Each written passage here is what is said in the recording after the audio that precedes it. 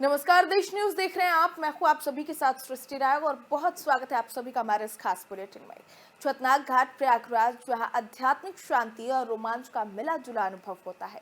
अगर आप सोच रहे हैं कि एक बार जीवन में ऐसी जगह जाएं जहां आप अपनी सारी चिंताओं को छोड़कर बस आत्मिक शांति की ओर बढ़ सके, तो छतनाग घाट का नाम आपके मन में सबसे पहले आना चाहिए।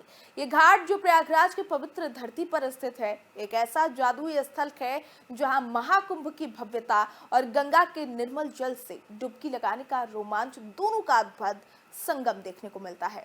रिपोर्ट देखिए।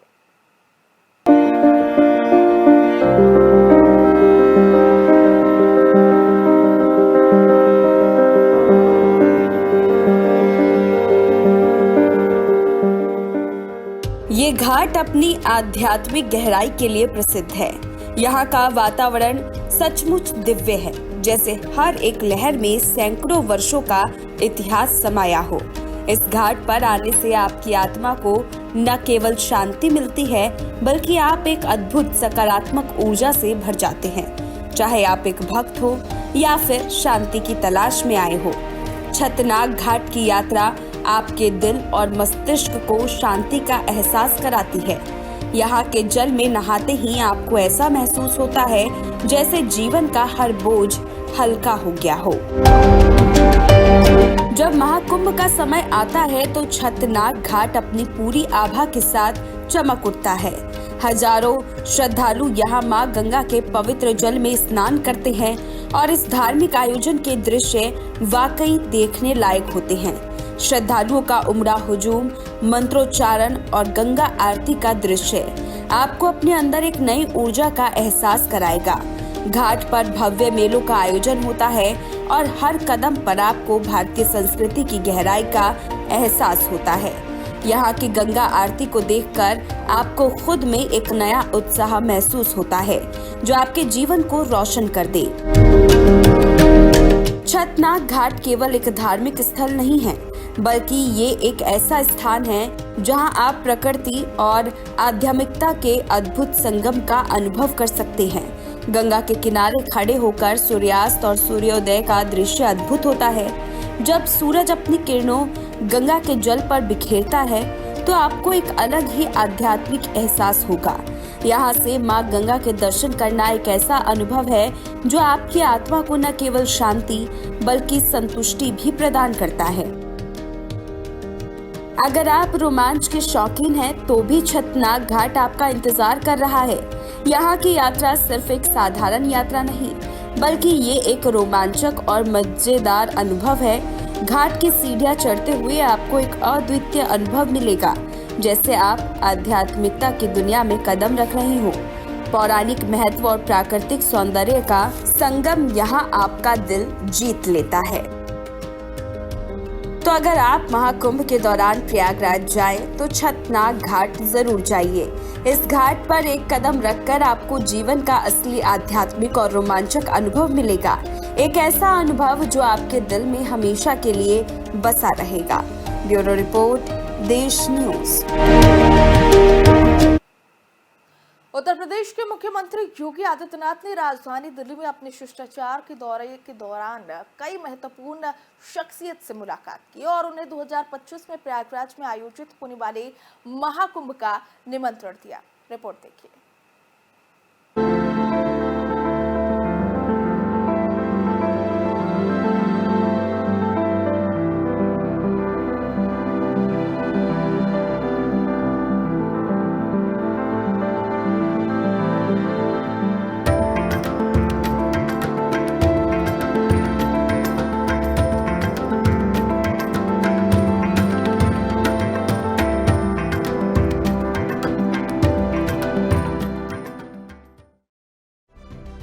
मुख्यमंत्री योगी आदित्यनाथ की दिल्ली यात्रा की शुरुआत हुई पूर्व राष्ट्रपति रामनाथ कोविंद के आवास से। ये मुलाकात ऐतिहासिक थी क्योंकि योगी आदित्यनाथ ने इस मौके पर महाकुंभ 2025 को लेकर अपनी योजना साझा की। शिष्टाचार के साथ उन्होंने रामनाथ कोविंद को 13 जनवरी से प्रयागराज में शुरू होने वाले इस महाकुंभ के लिए आमंत्रित भी किया। इसके बाद योगी आदित्यनाथ ने अगला कदम केंद्रीय गृह मंत्री अमित शाह के आवास की तरफ रखा। शिष्टाचार से भरी इस मुलाकात में योगी आदित्यनाथ ने अमित शाह को भी महाकुंभ 2025 में शामिल होने का न्योता दिया। एक डिजिटल, दिव्य और भव्य महाकुंभ के रूप में यह आयोजन न केवल भारत बल्कि पूरे दुनिया को आकर्षित करने वाला है। बात यही नहीं रुकी। मुख्यमंत्री योगी आदित्यनाथ ने भारतीय जनता पार्टी के राष्ट्रीय अध्यक्ष और केंद्रीय मंत्री जेपी नड्डा से भी मुलाकात की। ये मुलाकात एक ऐसे मौके पर हुई जब महाकुंभ की तैयारियों में बीजेपी नेताओं का उत्साह चरम पर था। योगी आदित्यनाथ ने उन्हें भी महाकुंभ 2025 में शरीक होने का निमंत्रण दिया और कहा कि इस ऐतिहासिक आयोजन में बीजेपी परिवार का हर सदस्य होना चाहिए। जिसके बाद अब बारी थी रक्षा मंत्री राजनाथ सिंह से मिलने की और योगी आदित्यनाथ ने उन्हें भी महाकुंभ 2025 के लिए विशेष निमंत्रण दिया। ये सुनिश्चित किया कि महाकुंभ के आयोजन में देश की पूरी राजनीति और नेतृत्व शामिल रहे। रक्षा मंत्री से मुलाकात के बाद योगी आदित्यनाथ ने मिजोरम के नवनियुक्त राज्यपाल से भेंट की। मिजोरम के नवनियुक्त राज्यपाल जनरल डॉक्टर विजय कुमार सिंह से शिष्टाचार भेंट की और उन्हें भी महाकुंभ 2025 का निमंत्रण दिया।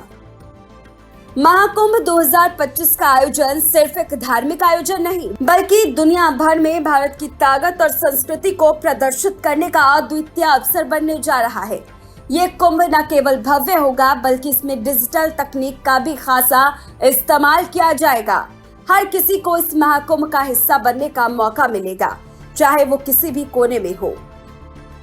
मुख्यमंत्री योगी आदित्यनाथ की दिल्ली यात्रा, जहां उन्होंने हर बड़े नेता और शख्सियत से मुलाकात की, ये स्पष्ट रूप से बताता है कि महाकुंभ 2025 न केवल उत्तर प्रदेश बल्कि पूरे भारत के लिए एक ऐतिहासिक पल साबित होगा।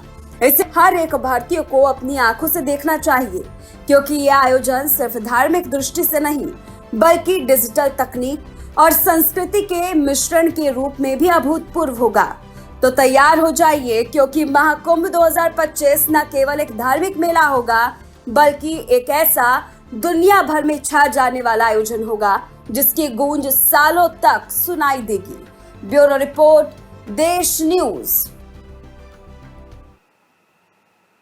महाकुंभ 2025 के सफल आयोजन के लिए भारतीय रेलवे, विशेष रूप से उत्तर मध्य रेलवे ने अपनी पूरी तैयारी कर ली है। क्या कुछ तैयारी हुई है, इस रिपोर्ट में देखिए।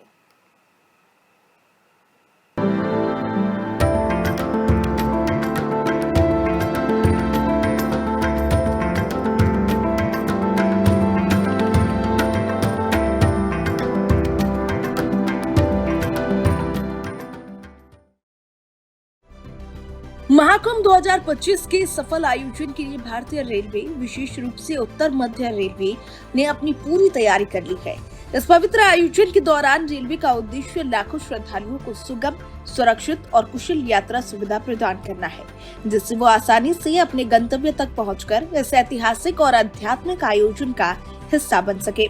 इसे देखते हुए महाकुंभ के दौरान उत्तर मध्य रेलवे 13,000 से अधिक ट्रेनों का संचालन करेगा, जिसमें 10,000 से अधिक नियमित गाड़ियां यात्रियों की सेवा में होंगी।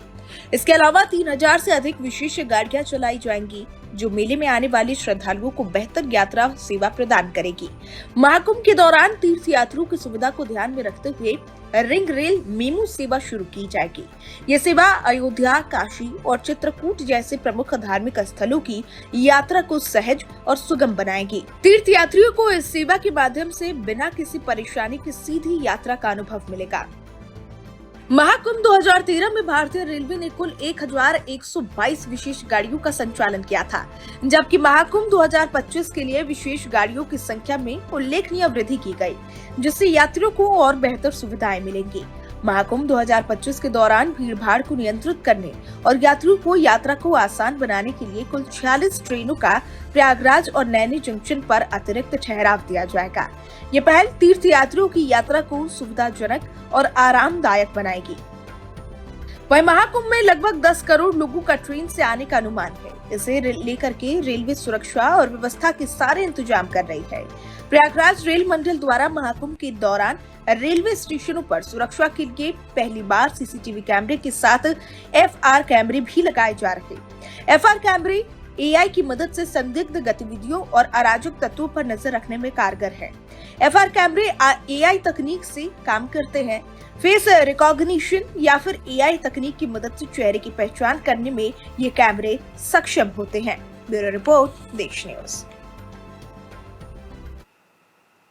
संगम नगरी प्रयागराज में 13 जनवरी से शुरू हो रहे महाकुंभ में संत महात्मा वहां पर जुटेंगे। उनकी श्रद्धालु की सुरक्षा को लेकर के पुख्ता इंतजाम किए गए। पुलिस और पैरामिलिट्री फोर्स के साथ ही एनडीआरएफ की बस भी वहां पर मौजूद होगी और पूरी टीम वहां पर सुरक्षा मुहैया करवाएगी। रिपोर्ट देखिए।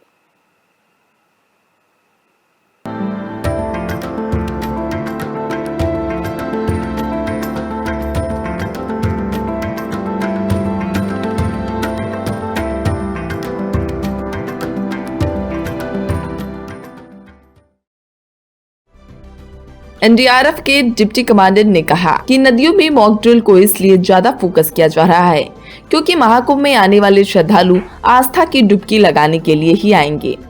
एनडीआरएफ ने इसी कड़ी में महाकुंभ क्षेत्र में गंगा और यमुना नदियों में भी मॉक ड्रिल किया है। मेले के दौरान अगर गंगा और यमुना नदियों में कोई भी घटना या दुर्घटना होती है या श्रद्धालुओं से भरी हुई कोई नाव पलटती है या फिर डुबकी लगाते वक्त पांव फिसलने से कोई श्रद्धालु गहरे पानी में सवाने लगता है तो मुस्तैदी दिखाते हुए कैसे लोगों की जिंदगी को बचाना है, इसका मॉक ड्रिल किया जा रहा है। अलग अलग तरह के हादसे होने पर कौन सी परिस्थितियां सामने आ सकती हैं, उनकी लिस्ट बनाकर तैयारियां की जा रही हैं। हादसे कैसे होते हैं, किस तरह चौकन्ने रहकर निगहबानी करनी है, हादसा होते ही किस तरह से एक पल भी गंवाए बिना रेस्क्यू शुरू करना है, टीम में किस सदस्य की क्या जिम्मेदारी रहेगी, इसे लेकर तैयारियों को परखा और पुख्ता किया जा रहा है। बिल्कुल उसी तरह से रिहर्सल किया जा रहा है जैसा क्विक रिस्पांस मेला शुरू होने पर किया जाना है। एनडीआरएफ के डिप्टी कमांडेंट नवीन कुमार शर्मा ने जानकारी दी कि नदियों में मॉक ड्रिल को इसीलिए ज्यादा फोकस किया जा रहा है क्योंकि महाकुंभ में आने वाले श्रद्धालु यहां नदियों में आस्था की डुबकी लगाने के लिए आएंगे। बड़ी संख्या में श्रद्धालु नावों पर सवार होकर संगम के बीच धारा तक जाते हैं। ऐसे में नदियों में हादसा होने की आशंका भी ज्यादा होती है, जिससे एनडीआरएफ के लिए ये महाकुंभ एक चुनौती की तरह भी देखा जा रहा है। डिप्टी कमांडेंट नवीन शर्मा के मुताबिक जल के अलावा आग लगने, भगदड़ मचने या कोई हमला होने और किसी पंडाल के गिरने जैसी आपदाएं आने पर किस तरह से तेजी से काम करना है, ग्राउंड जीरो पर उनका भी मॉक ड्रिल कर तैयारियों को परखा जा रहा है। उनका कहना है कि एनडीआरएफ के लिए ये महाकुंभ एक चुनौती की तरह है, जिसके लिए उनकी टीम हमेशा की तरह मुस्तैदी दिखाते हुए श्रद्धालुओं का जीवन सुरक्षित करने में कोई कसर नहीं छोड़ेगी। ब्यूरो रिपोर्ट, देश न्यूज।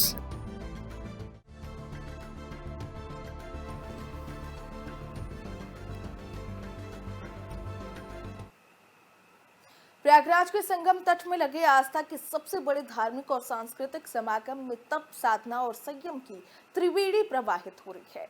भक्ति और अध्यात्म की ये त्रिधारा कल्पवास, जिसकी शुरुआत पौष पूर्णिमा के स्नान के साथ होगी। रिपोर्ट देखिए।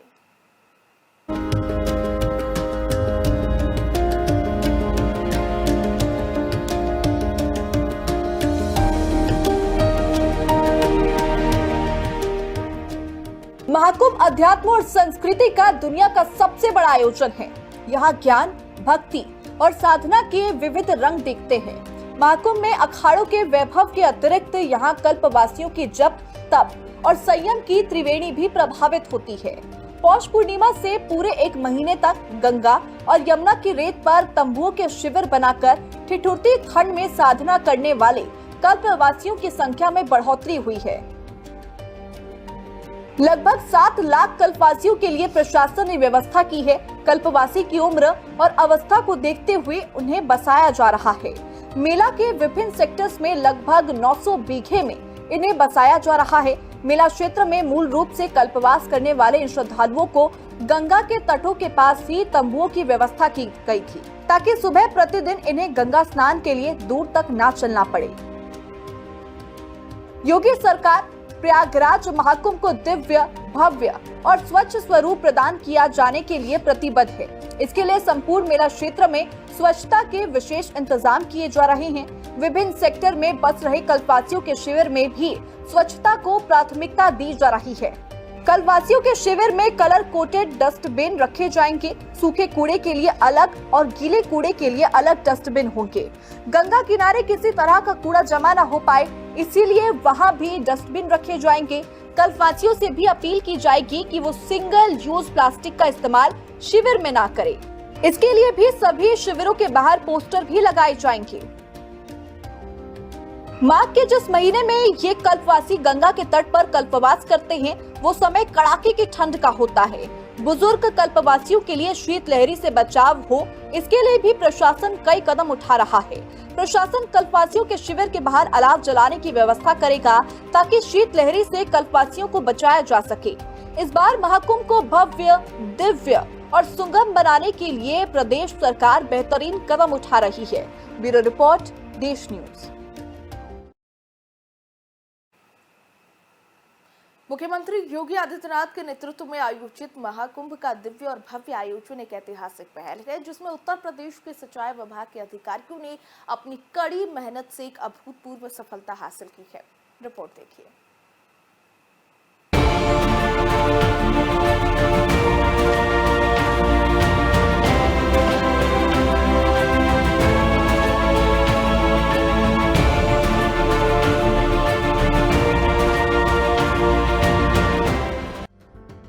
प्रयागराज के शास्त्री ब्रिज से लेकर संगम नौच तक मां गंगा की 3 धाराओं में बंटने से न केवल पवित्रता प्रभावित हो रही थी, बल्कि महाकुंभ के आयोजन में भी मुश्किलें आ रही थी। मुख्यमंत्री योगी आदित्यनाथ के निर्देश पर इस चुनौती को स्वीकार करते हुए गंगा की धाराओं को एकजुट करने का संकल्प लिया गया। महाकुंभ के दौरान करीब 40 करोड़ श्रद्धालुओं के आगमन को देखते हुए संगम नौच पर 3 धाराओं को एक धारा में लाकर श्रद्धालुओं को एक साथ स्नान कराने की सुविधा प्रदान की गई। इसके लिए गंगा नदी के प्रवाह को एक रूप करना अत्यंत आवश्यक था। आईआईटी गुवाहाटी के विशेषज्ञों की मदद से ड्रेजिंग मशीनों की मदद से गंगा की धारा को फिर से अपने मूल स्वरूप में लाया गया।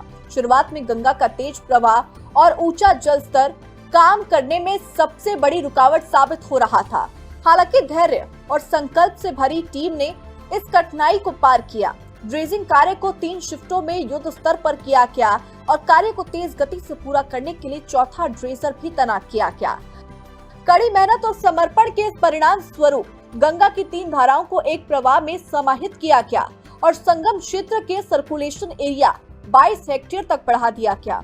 इस विस्तार से महाकुंभ के दौरान बड़ी संख्या में श्रद्धालु एक ही स्थान पर स्नान कर सकेंगे, जिससे श्रद्धालुओं को सुगम और व्यवस्थित स्नान की सुविधा मिलेगी।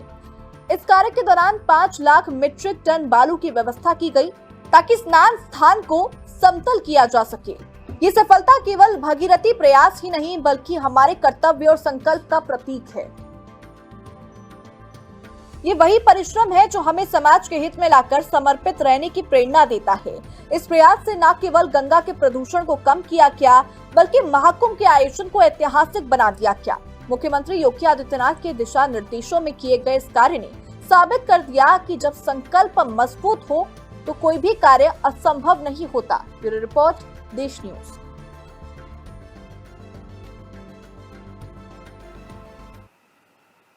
वहीं प्रयागराज में महाकुंभ से पहले फिल्मी संगीत और साहित्य से जुड़े सितारों का कुंभ आयोजित होने जा रहा है। इस कार्यक्रम का नाम बज़्म विरासत रखा गया है। रिपोर्ट देखिए।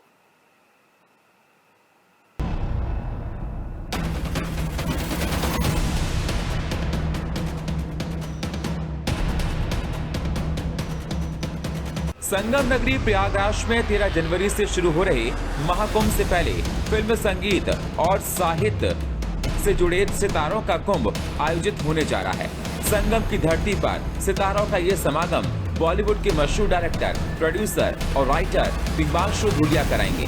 वे अपनी जन्मस्थली प्रयागराज की कला, संस्कृति और साहित्य की विरासत को संजोने और उसे आगे बढ़ाने के लिए 3 दिनों तक एक विशेष कार्यक्रम आयोजित करने जा रहे हैं। इस कार्यक्रम का नाम बज़्म विरासत रखा गया है। दिग्बांशु धूलिया और उनके सहयोगियों द्वारा आयोजित बज़्म विरासत कार्यक्रम में मशहूर बांसुरी वादक पंडित हरिप्रसाद चौरसिया, फिल्म एक्टर नवाजुद्दीन सिद्दीकी, नंदिता दास, अली फजल, संजय मिश्रा, डायरेक्टर अनुराग कश्यप, डायरेक्टर सुधीर मिश्रा, मशहूर गायिका और संगीतकार शुभा मुदगुल, लेखक विकास स्वरूप के साथ ही शाहिर वसीम, बरेलवी और पॉपुलर मराठी जैसी नामचीन सितारे इसमें शिरकत करेंगे। तीनों दिनों का ये कार्यक्रम 20 से 22 दिसंबर तक प्रयागराज के सिविल लाइंस इलाके में बिशप जॉनसन स्कूल में आयोजित किया जाएगा। तिग्मांशु धूलिया के मुताबिक 3 दिनों में कुल 15 सेशन आयोजित किए जाएंगे। 3 दिनों के बज़्म विरासत समारोह का उद्घाटन प्रयागराज के रहने वाले मशहूर बांसुरी वादक पंडित हरिप्रसाद चौरसिया करेंगे। उद्घाटन समारोह में उनके साथ लेखिका स्मिता अग्रवाल भी रहेंगी। दूसरे सेशन में पुराने इलाहाबाद के किस्से और कहानी पर लंतरानी नाम से चर्चा की जाएगी। तीसरे सेशन में संदीप शर्मा की स्टैंड अप कॉमेडी होगी, जबकि चौथे सेशन में अनिरुद्ध वर्मा की टीम लाइव कंसर्ट पेश करेगी। पहले दिन के आखिरी सेशन में कुमुदा मिश्रा के नाटक पुराने चावल का मंचन किया जाएगा। दूसरे दिन 21 दिसंबर के कार्यक्रम की शुरुआत मशहूर गायिका और संगीतकार शुभा मुदगुल करेंगी। दूसरे सेशन में लेखक और डायरेक्टर सुधीर मिश्रा, नंदिता दास, उदय प्रकाश, अनुराग कश्यप और कौशल मुनीर फिल्मों पर चर्चा करेंगे। तीसरे सेशन में लेखक विकास स्वरूप से बातचीत होगी, जबकि चौथे सेशन में साहित्य में इलाहाबाद विषय पर गुफ्तगू की जाएगी। आखिर सेशन में मुशायरा और कवि सम्मेलन होगा, जिसमें वसीम बरेलवी, पॉपुलर मराठी, राजेश रेड्डी, संपत सरल शाहिद अंजुम और यश मालवी जैसे नामचीन कलाकार अपनी रचनाएं पेश करेंगे। रिपोर्ट देश न्यूज।